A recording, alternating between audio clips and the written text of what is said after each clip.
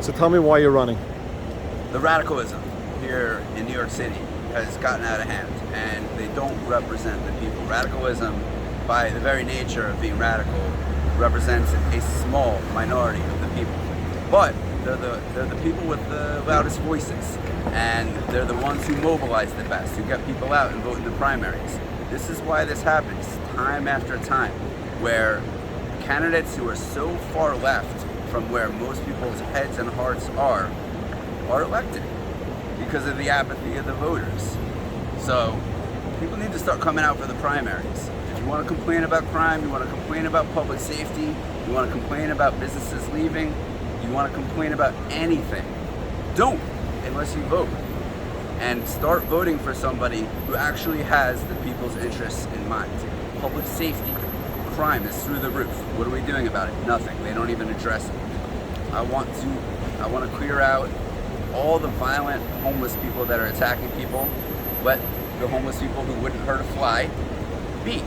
Homeless shelters are a compassionate part of any functional society, especially in the first world. But they're not even checking to see who just came out of jail for the 10th time when they let somebody claim right to shelter.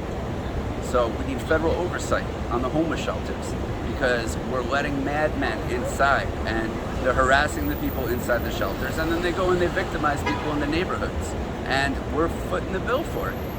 We're the ones paying for this. Those who are severely mentally ill and pose a danger to themselves or others must be referred to a state facility. And that is the most compassionate way to do it, because if you can get somebody help before they ruin their lives because they go out and they hurt somebody badly enough to put them in jail for a long time, these are preventable things for some of them. And if you get them on the right meds, the right counseling, the right doctors, we can prevent this. But instead, the right to shelter asks no questions. So we need federal oversight. I will be on the Federal Oversight Committee in Congress to ensure that this happens. Not only here in New York, but it's a system-wide issue, especially in the ultra-liberal blue states who have let things go too far.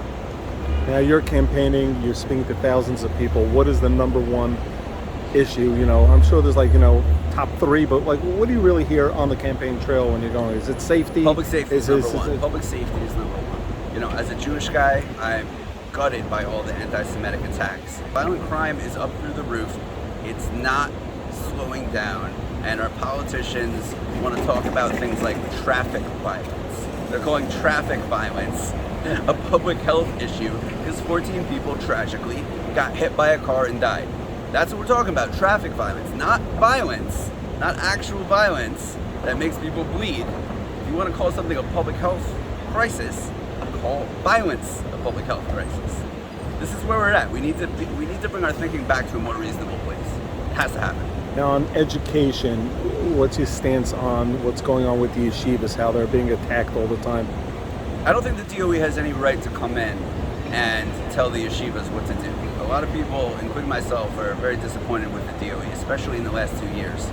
How many children have experienced severe learning loss and really mental issues, mental health issues, because the schools were closed for a year, the public schools.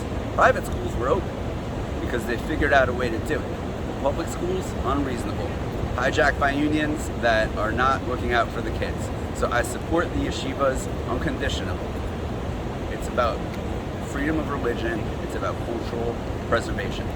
And I'm all for bringing funding that's needed for the yeshivas.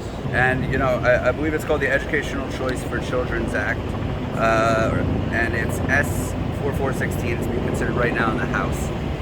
This would provide funding for, really it'll move forward the school choice movement, which in the past few years I think is extremely important, because again, our kids were told to stay home for a year while private schools were open. Now private schools are an exercise in school choice. And you know what else is? If you move to the suburbs because of the school system, that's an exercise in school choice. Charter schools here in the city, many of them, and this is statistically proven, many from low-income households, minorities in every group, have a better life outcome from going to charter schools over some of these public schools. So in terms of funding the yeshivas, in terms of funding whatever school is a quality school that your parents or parents think their kid should be in, I'm all for it, because that to me is democratic. When the DOE is failing us, it's only logical to look for alternatives. And I believe by introducing this competition in the educational system, it will force the DOE to actually raise its own standard. I think it would be good for everybody. So I'm for that bill. What's your take on the congestion pricing? I think it's an insult to the New York people. I think it's an insult to the residents of New York City.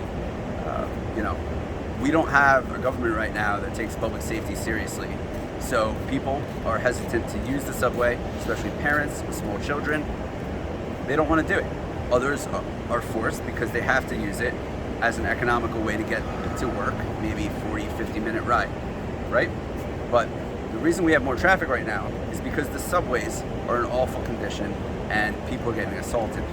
So to add insult to injury, they want to tax people in their cars, who many of which are driving their mothers around to get them to the hospital. I mean, these are people living their lives, and you're going to tax them because public transport is not safe. There's a federal component to this, by the way, and a lot of people don't know that. So as a congressman, every time it comes to the federal level, I will push it right back down. That will not pass under my watch.